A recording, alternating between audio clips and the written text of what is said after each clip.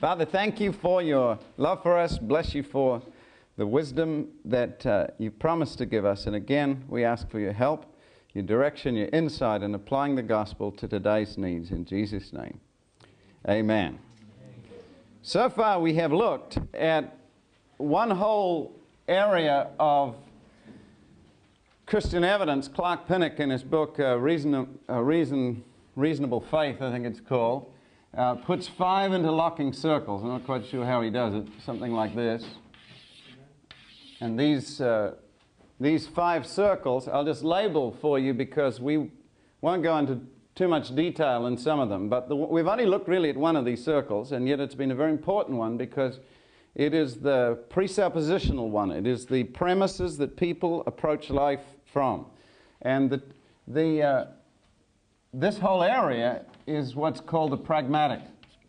In other words, one of the evidences of the Christian gospel is that it really does meet the needs that are there. And we have looked at various needs that people have. We've looked at materialism, for instance. Do people need fundamental provisions in their life? Do they need food and clothes and shelter? So that is a need. Hedonism makes that the whole of life.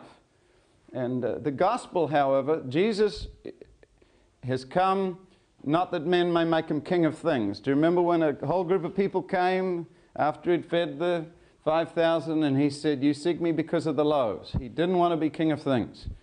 But Christ has promised to meet fundamental needs. If you want a good way of witnessing to secular people, 2 things freak them out. Number one, that God can speak to you. They don't mind you speaking to God. You can speak to anything you want to, whatever you're into. But God speaking to you, that bothers them. Because if God really does speak, that means that he may be able to speak to them, and that's a scary thought. Second one is that God can provide practically for needs. And here you ought to have testimonies. You ought to simply be able to say, look, God can meet needs. Here's my story. Here's how he's met my needs. L'Abri, Francis Schaeffer's work in Switzerland, has a whole philosophical discussion, thinking type side, but the second side of it is equally important, and they bring that out in their little biographical study on the work, that there is a whole side of trusting God and believing in not only in objective reality of God and the Scriptures, which can be discussed and analyzed in terms of thinking, but also very practically, God has come to meet needs. And one of the great, I think, great excitements of my Christian life is that God can speak. He can show me what to say, what to do.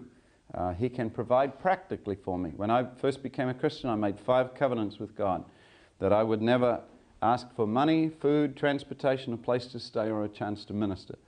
And I've kept those 5 covenants 21 years now. God has met every single need, including even things that weren't needs. He not only provides bread, he throws in chocolate cakes quite often. So the pragmatic test, we looked at communism, at do we have needs in society? Do people have needs to have a sense of destiny, a sense of going someplace, a sense of power to change what is going on in society? There is a great need there too. And Marxism has been offered as a way to give people a sense of history and destiny, and also pragmatically meeting needs in the economics world.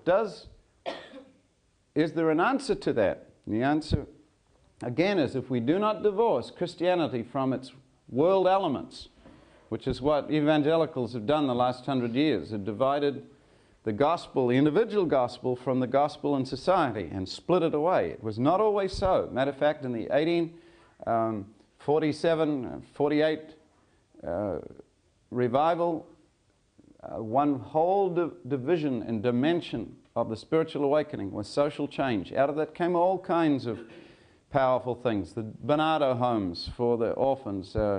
We had men like George Mueller, who at one stage kept alive 10,000 orphans by prayer alone. We have ministries like the Salvation Army. We have street meetings beginning at that time. Work among the poor, work among the blacks, work among the the outcasts of society, the orphan homes, the adoption hospitals. Many, many of these things flowed out of spiritual awakenings. And then also the need for experience. We talked about one whole third division, the existentialists, the mystics, those who want something to give them meaning and a sense of purpose and value and individual.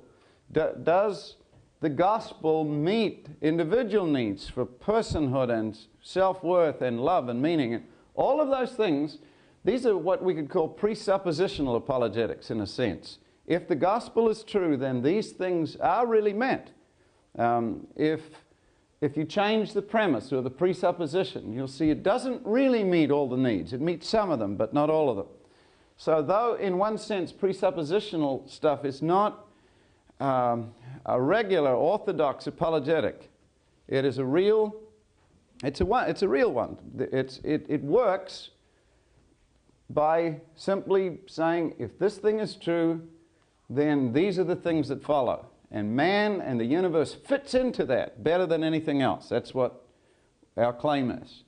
That if you follow what Jesus says about you and about your world, all your needs, seek ye first the kingdom of God and His righteousness, Matthew 6:33, and all these things shall be added unto you. Not just spiritual things, not just religious things, but fundamental needs in all levels of life.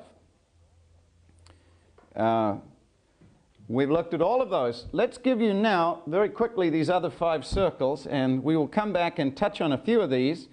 One I want to look at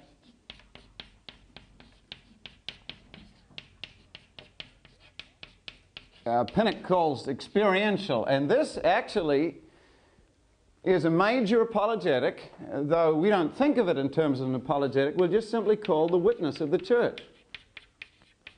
Your personal testimony is an apologetic. It is a, it has its limits, of course, but when you combine it with the witnesses of many, many others down through the centuries, it becomes a very powerful apologetic. As a matter of fact, it is this which is most often used by the early Christians. They said, look, we tasted and we saw, and that was it. And it is, in its own right, the simple declaration of testimony.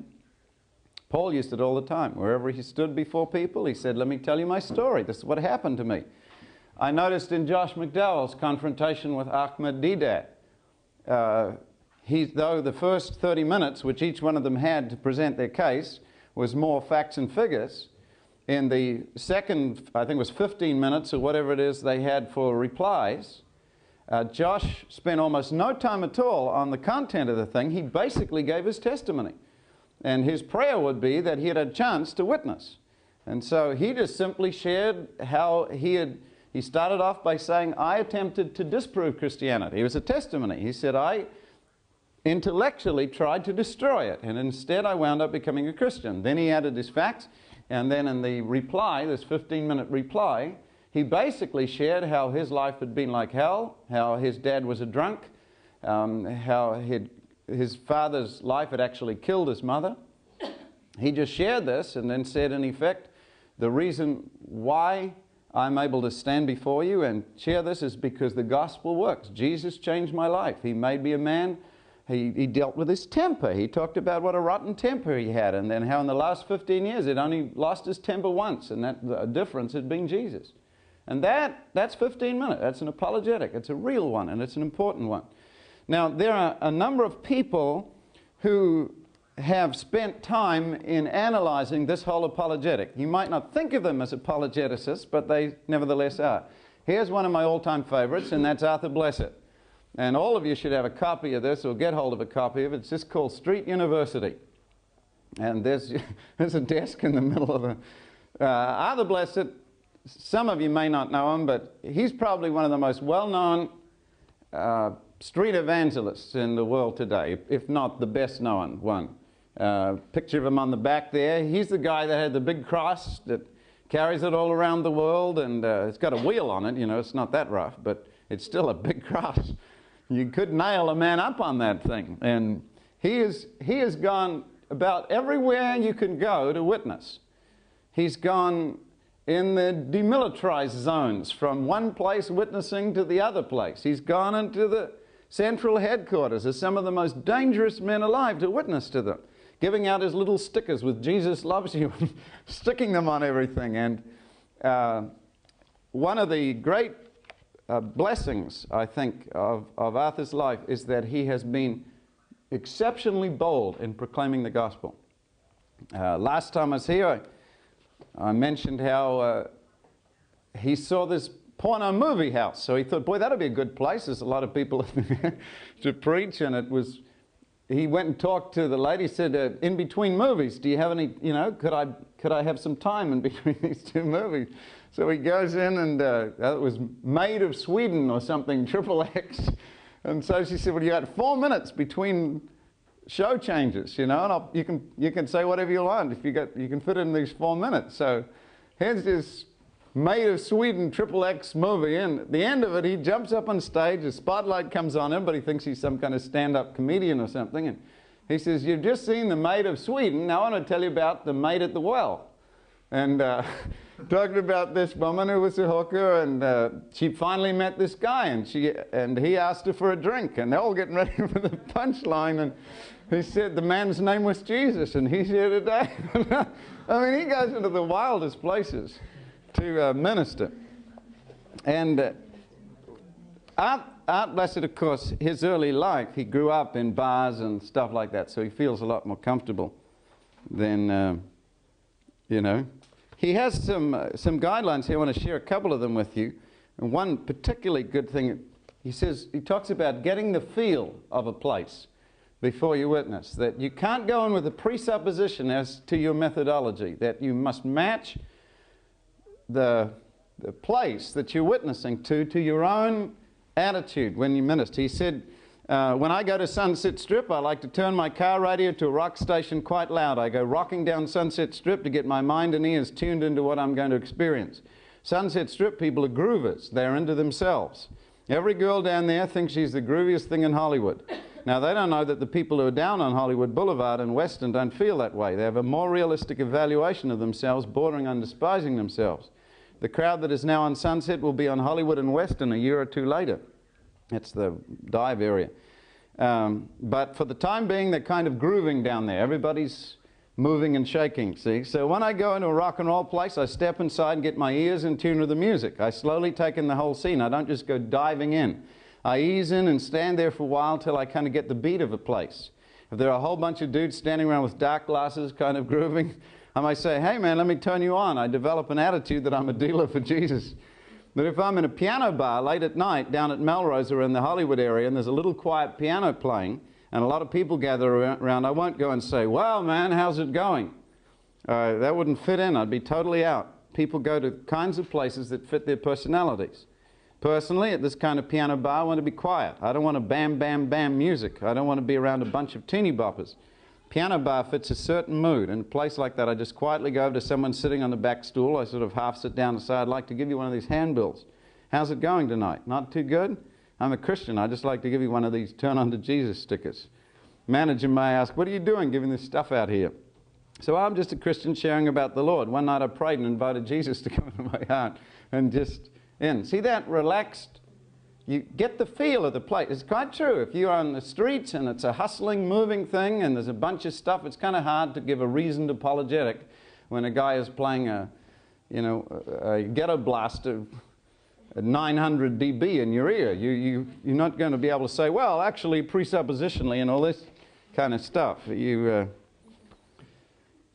Well worth getting. I'm not going to take the time to go through some of the things. There are 2 or 3 books like this. Don and David Wilkerson did one time on street ministry and that kind of thing. When I first became a Christian, we did street meetings for almost 9 years. Every Saturday night, we built a little trailer. We built a little, it was kind of a funny little thing, but in New Zealand there was a large parking lot area where main streets all intersected. There's a whole bunch of main streets, and right where the lights cross now, lights are, sometimes it would take 5 minutes before those lights would change because of the major intersections there.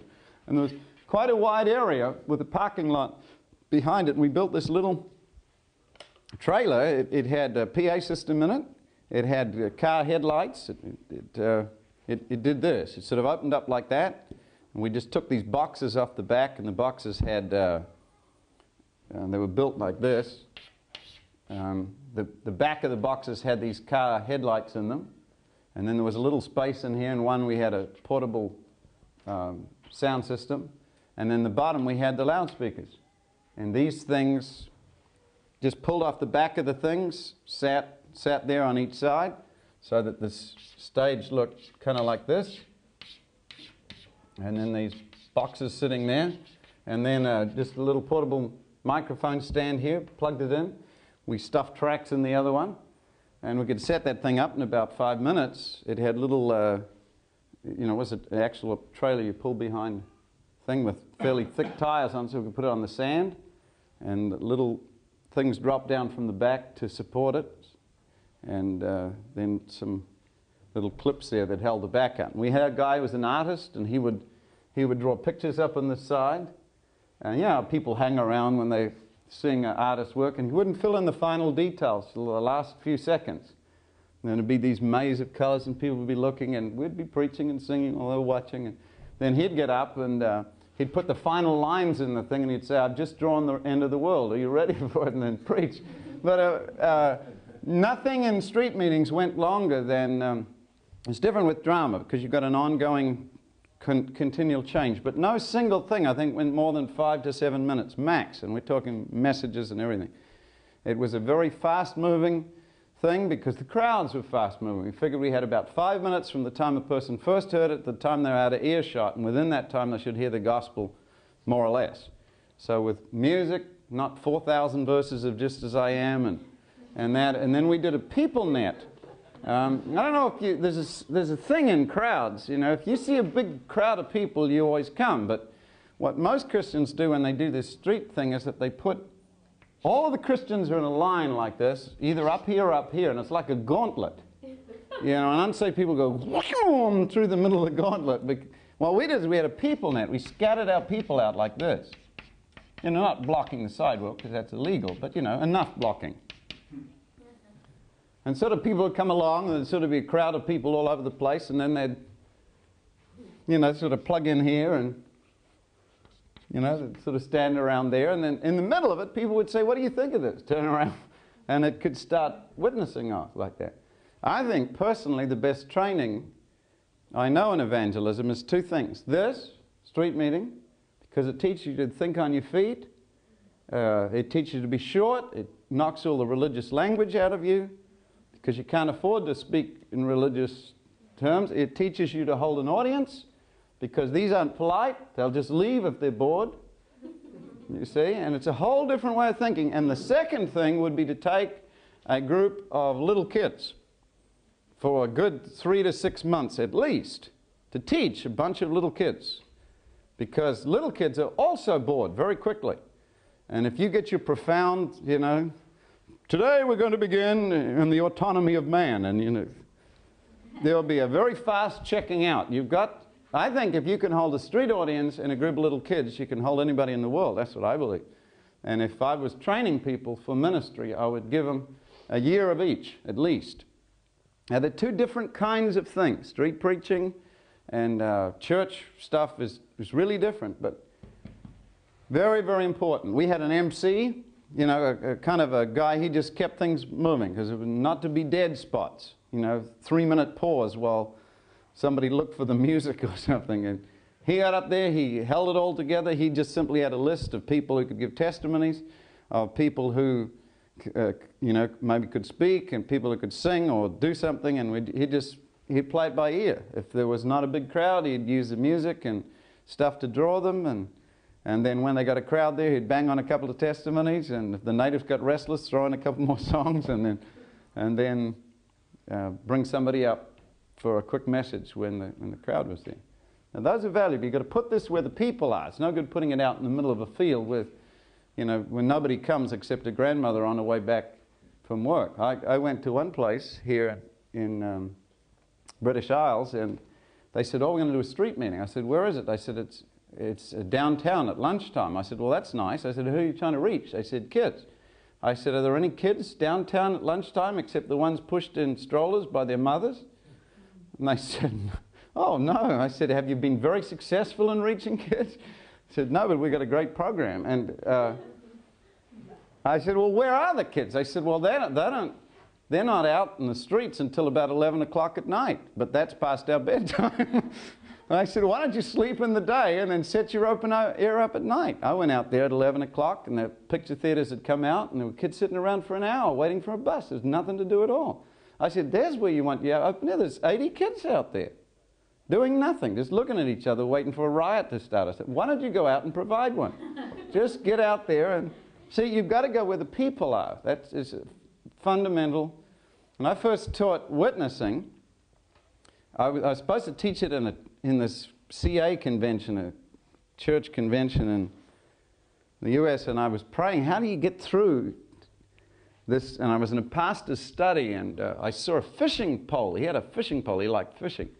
And there was a bowl of fruit on his table, and I borrowed a banana and a fishing rod and a rubbish tin that he had there, a little throwaway thing.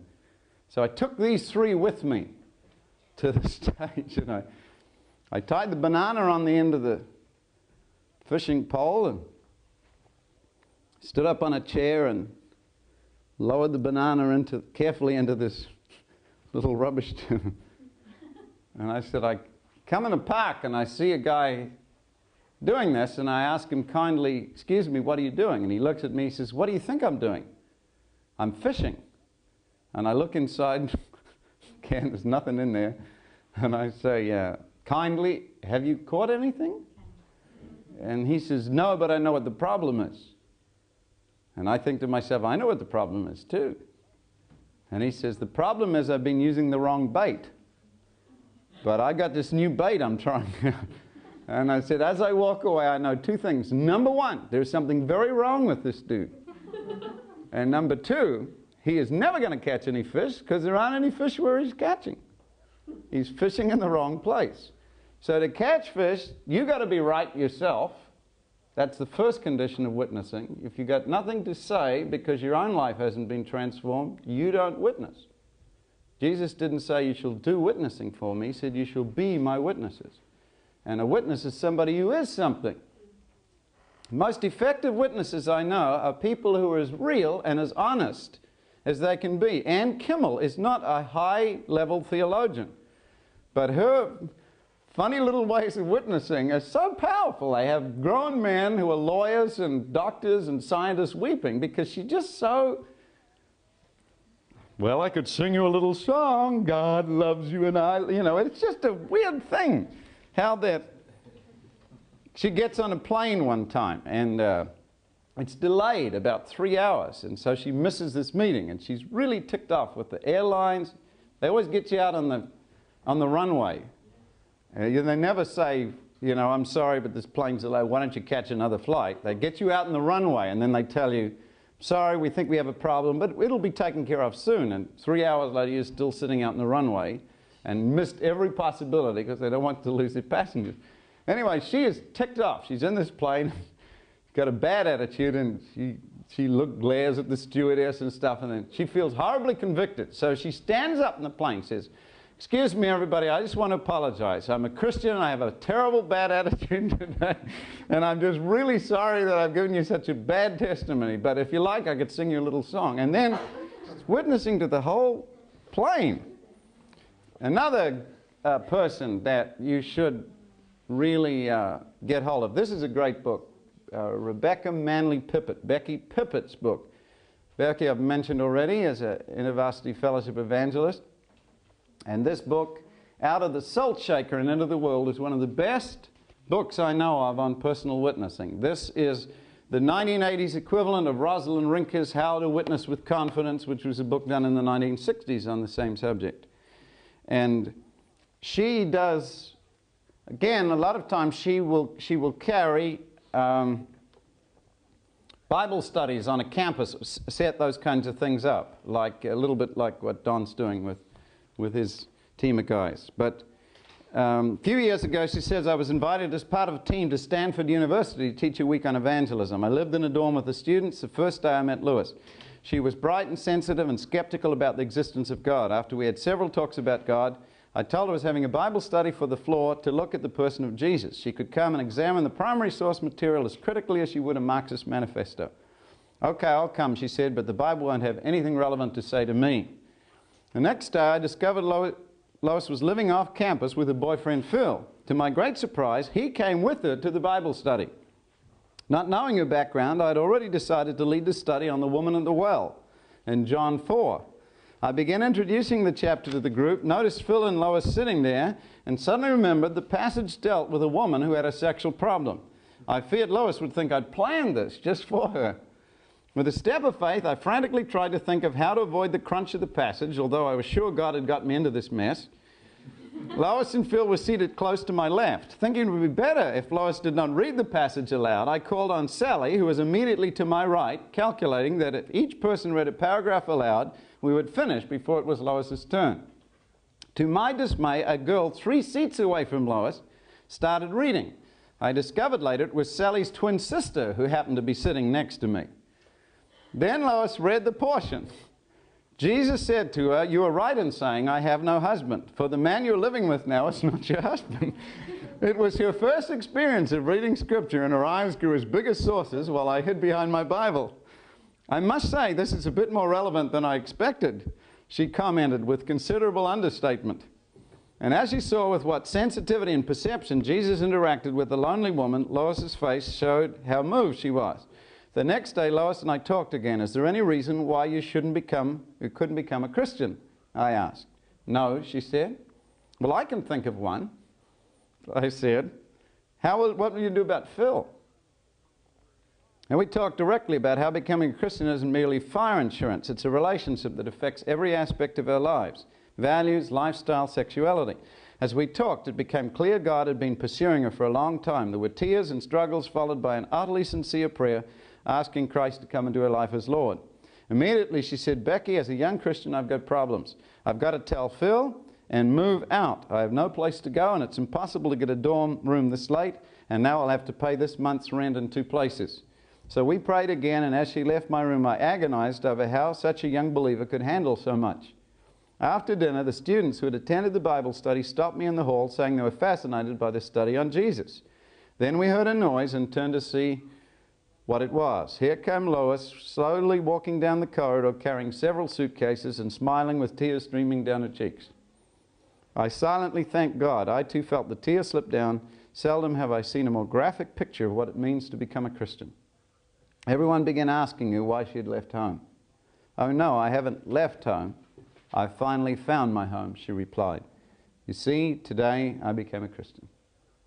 That one decision had far-reaching effects. That same night, 3 girls on the floor decided to get right with Christ. Another girl who assumed she was a Christian realized she wanted no part of it if it demanded total commitment. The next day, Lois was told she could move into a dorm, unheard of at such a late date, and discovered a new roommate was a dynamic, mature Christian. 3 months later, her boyfriend Phil became a Christian, and he too grew rapidly. He'd been hostile over her conversion and furious with her for moving out. But after he was converted, he told her, "Thanks, Lois, for loving God enough to put him first instead of me. Your obedience affected my eternal destiny." Personal witness, as it arises naturally out of whatever things God is doing, is a very important thing. And one other thing I want to share with you, and this is very important. When Jesus said, "Except you become converted and become like little children, you cannot enter the kingdom of God," I've often asked audiences the last couple of years, because I've been working on this book on the war on childhood called Devil Take the Youngest, which we just got finished. But one of the questions I've asked them is, what do you think Jesus had in mind when he said, "Become like little children"? What things? Obviously, Scripture says, humble yourself like a little child. But what characteristics of childhood are there that are like being converted? And we've got a whole blackboard full of stuff.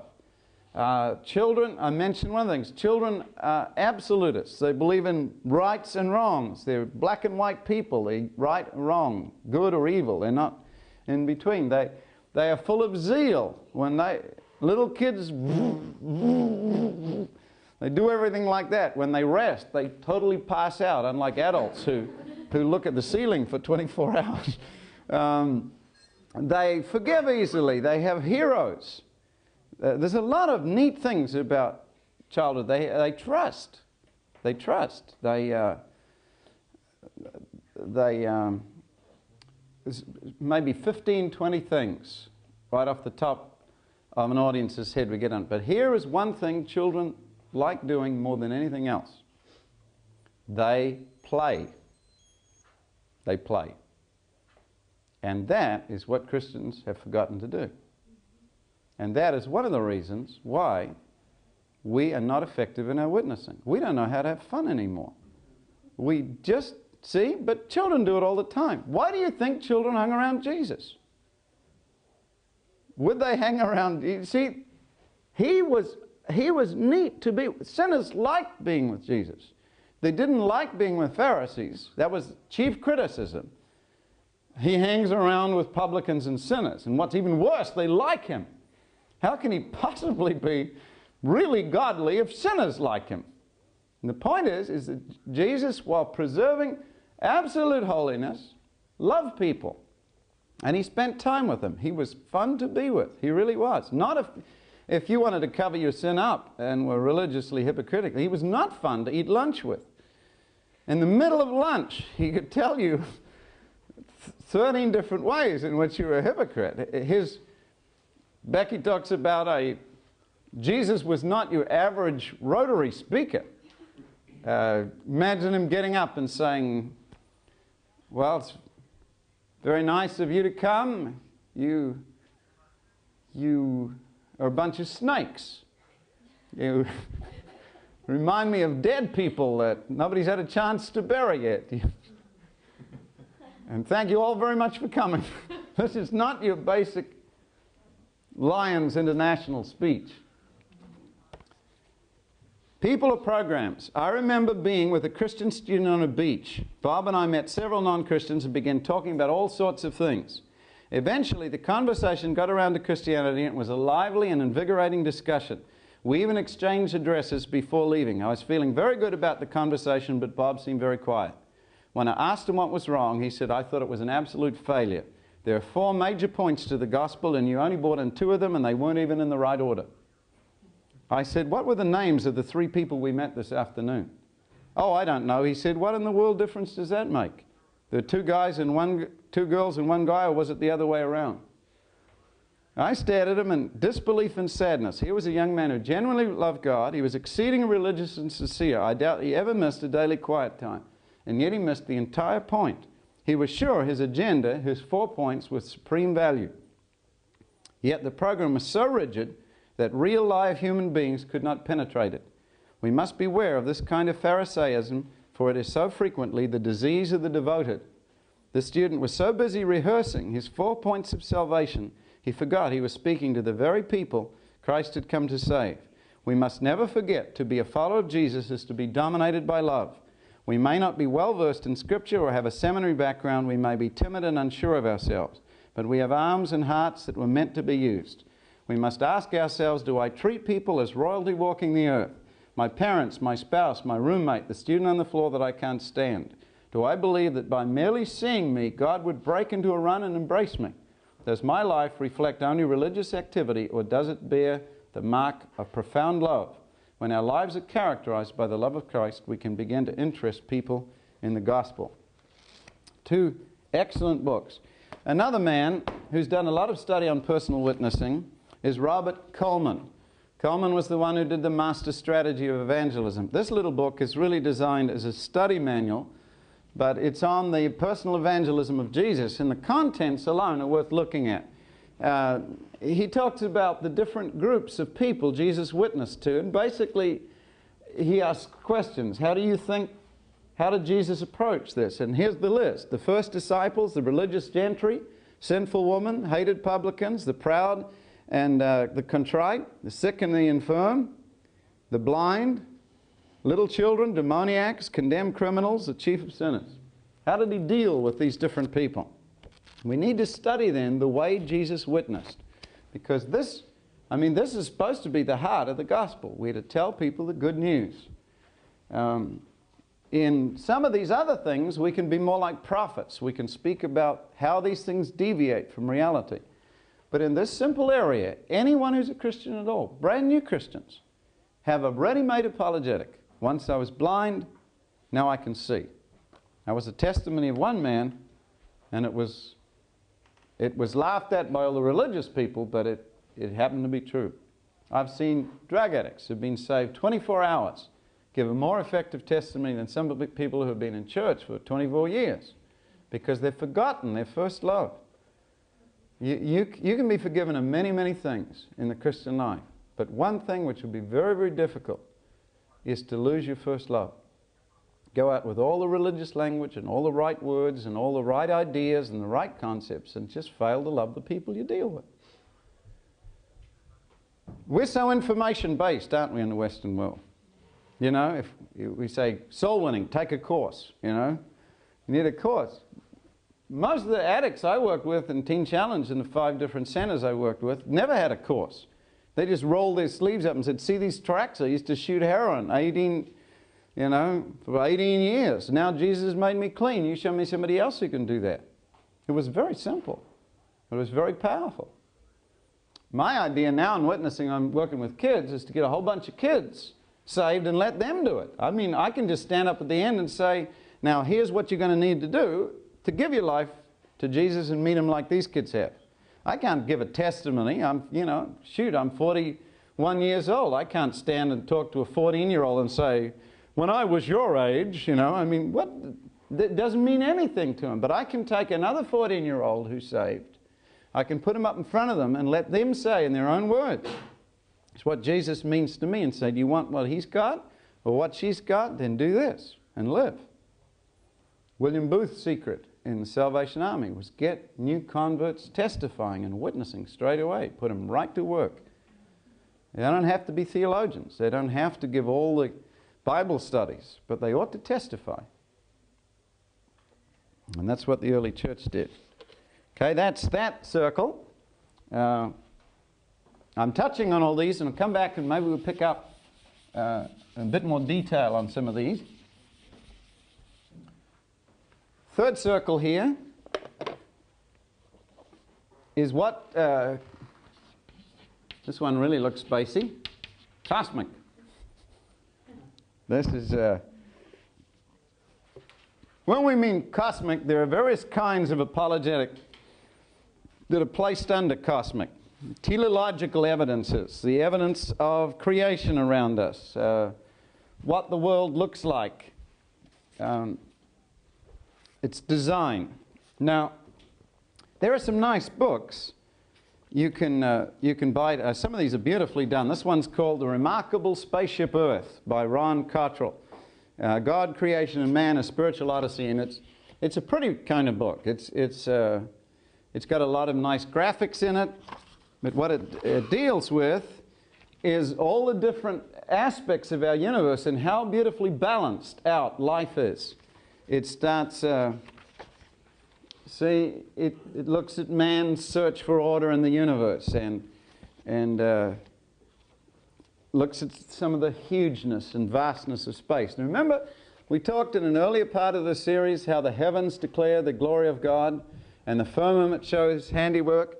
If you go to the Library of Congress in Washington, D.C., in the main reading hall, there's a whole bunch of little, what do you call them? They're like little archways. And in each archway, there is a single statement which sums up an entire field of discipline. For instance, under religion, there's a quote from the Scriptures. What doth the Lord thy God require of thee? But to do justly and to love mercy and to humble yourself to walk with God. So out of the millions of words there on religion, there's a single quote, in this case taken from the Bible. There's a neatest one is the one under science. And then believe it or not, that also is a quote from the Scriptures. And it is that quote we just gave you. The heavens declare the glory of God. That's under science. and the firmament shows his handiwork. So we've said earlier, the whole world is another apologetic. It is a testimony. When thought about, God says in Romans 1 that the world, when thought about, will tell you some undeniable things about reality and about him. It talks about his eternal power and Godhead. There are all kinds of areas here that you could get into. Probably it is at this area that the creation evolution studies begin, and we need to look just at a few things on there. Creation evolutionary thought is another one of these apologetics. The mention in the field of apologetics, it keeps changing. You can't learn apologetics. It's a journey.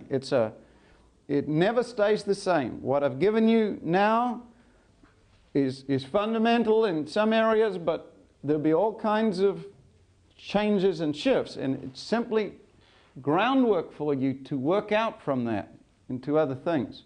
But we have a unique planet here, Earth. It is at exactly the right distance from the sun. If it was a little closer or a little further away, if it didn't spin like it did. Here we got Mercury, which has got boiling metals on one side and freezing cold on the other. Earth spins, and it's got ice caps on the top and bottom. It's got a little tilt on it. It's got all kinds of trippy little things. Water alone is a unique substance. Water has a property that no other property has in chemistry. And that is that most things, when they get colder, they get smaller in density. If they get hotter, they get bigger. Water's true of that until it gets down to about 4 degrees centigrade. So getting close to freezing, instead of getting heavier and heavier, which is what normal things do when they get cold, if at 0 degrees ice was heavier than the liquid water, then lakes would freeze from the bottom up, and the fish would all die. But water's quite trippy. There's a certain point, it's called the triple point, all these meet.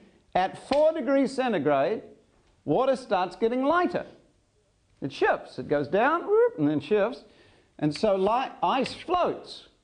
Ice is lighter than cold water, and so the fish don't die. Now that one simple little fact preserves most of the life on this planet from being wiped out and cold.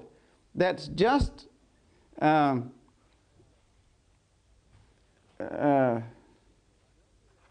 one of these things. I'd love you to have a look at a book like this.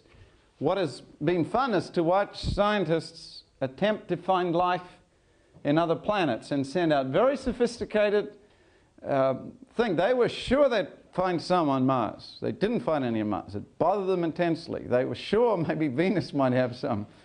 The more they look, the hairier it gets. It's a very unique planet, Earth. It's almost like it was designed like that.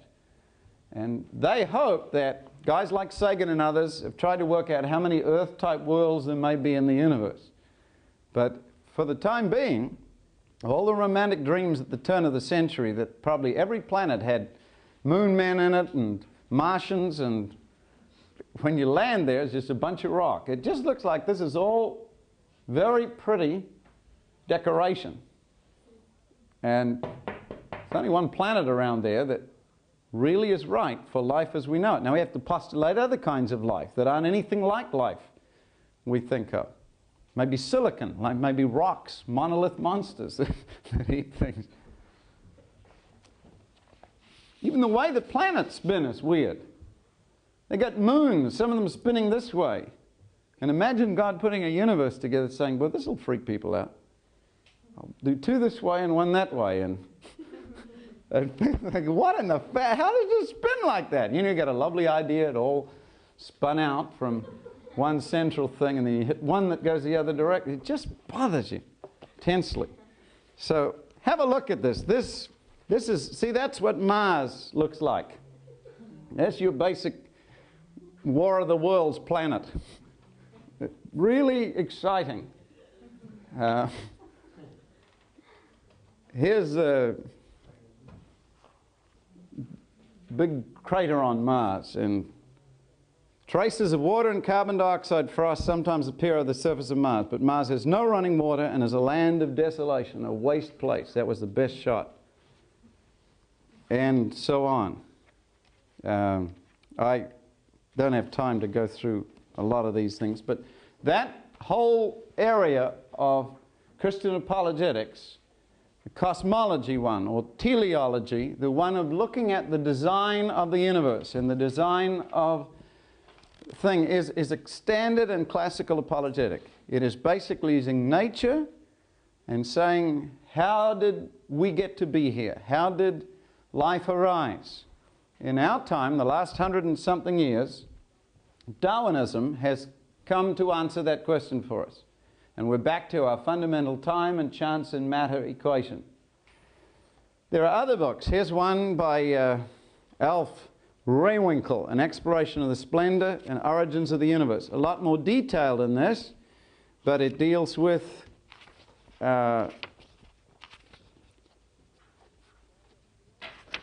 each day of creation. It goes through each section of the plant life and the wonders of each one of those things. Snow, for instance. Have you ever looked at snow? Have you ever seen snow crystals under a microscope? You've got to do it real fast, but snow is incredible. Never found one snowflake alike. You think how many snowflakes fall? Each one is unique. It's just, it is a mind-blowing thing to think of how much snow falls in a single thing, and not one flake alike. There's this unity and diversity through the universe. There are things that are so different, and things, there's a sameness about it. There's like a pattern on the universe. Philosophers have asked for many years, why are things different? And then they've also asked, why are things the same? The classic philosophical question is the water or the river you crossed yesterday the same river you crossed this morning? And the answer is, well, yes and no. How many of you know what a dog looks like? You know what a dog looks like? Everybody knows what a dog looks like, okay? What does a dog look like? That's called the concept of dogginess. You all know what a dogginess is, okay? What does a dog look like? Yes, what does a dog look like? Describe a dog to me. A hairy animal with long with 4 legs and tail. He moves and gives milk. No, he didn't. When you can describe a dog, but everybody knows what a dog is. That's the concept of dogginess. That's unity. See, he barks, yes. Teach a cow to bark. Woof, woof. When you find describing a dog, you'll think of one dog. You'll think of Snoopy, or you'll get an image of Rin Tin Tin or Lassie, or, you know, Benji, or you begin to think of a dog. That's the diversity. So people have asked, why are things the same and why are things different? Well, the East has an answer for unity. Why are things the same? What is that answer?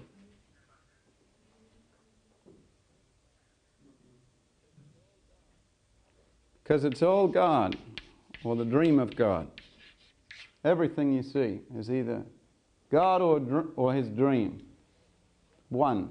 All is one. See, that's why you might laugh at a Krishna consciousness person for worshipping this wooden idol, but he would say, well, you don't understand. To the real believer, the whole world is a manifestation of God. So this idol is not just representing God, it actually is. The guru who teaches you may know that he is one with God. So you can worship him just as easily as you can worship the invisible, because he is part of that same thing. So the East's answer is an answer for unity. But it has no real answer for diversity. If all is God and all is one, then is there any difference between right and wrong, between good and evil? And we're back to our early problem, see? Now, what's the West's answer for diversity? If I was to ask you why the West thinks that everything's different, what is the West's answer for difference? What is our fundamental factor that we say that's why things are so different? We always apply it in evolution. Yes? Chance. See? It's chaos, it's randomness, that's the reason why everything's different. That's why you got Snoopy and that's why you got Benji. It's randomness, the things. The West has great answers for diversity. We can tell you why things are different. What we can't tell you is why things are the same. We don't know why there are laws in the universe.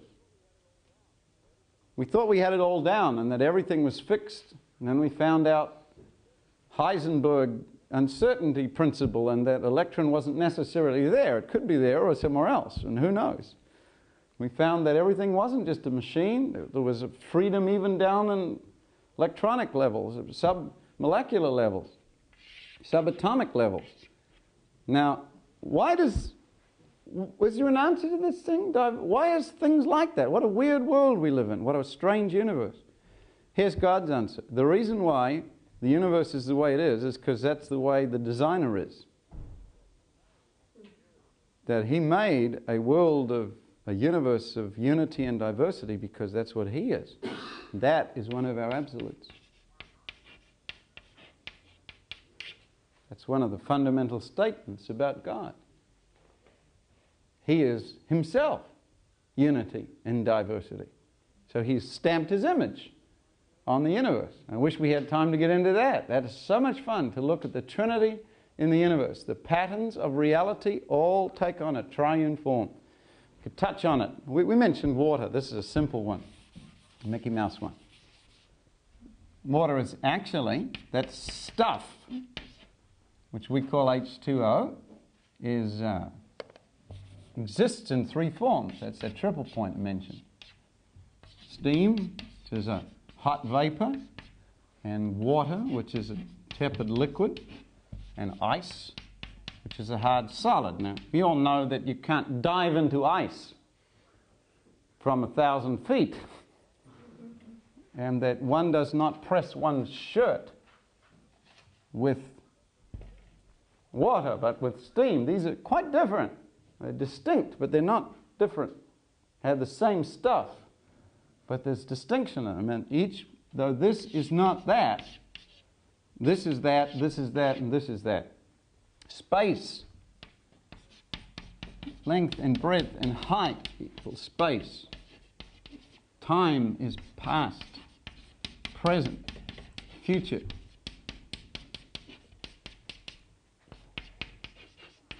The present is not the past. Past, they're all distinct. There's distinction there. But you can't pull any of these out without losing the whole.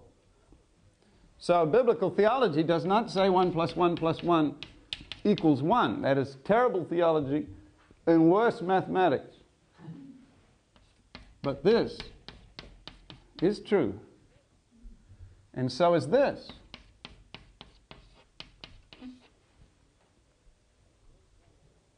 That if you lose one, you lose them all. And I believe that any ultimate reality, any fundamental reality in the universe, whether it be in sociology or in psychology or in anthropology or in science or in the space-time universe around us or in the spiritual world, can be expressed like that. Those of you interested, got a little sheet on that I can show you afterwards. Let's quit at this point, and we will pick this up next session. Everything is three-dimensional. I'm saying is that Einstein is half right. He makes time fourth dimension of space. But it is possible that there are deeper dimensions of space. Though time and space and matter are all interconnected, I do not believe that time is the fourth dimension of space. I think it's related to it. Length by breadth by height equals space.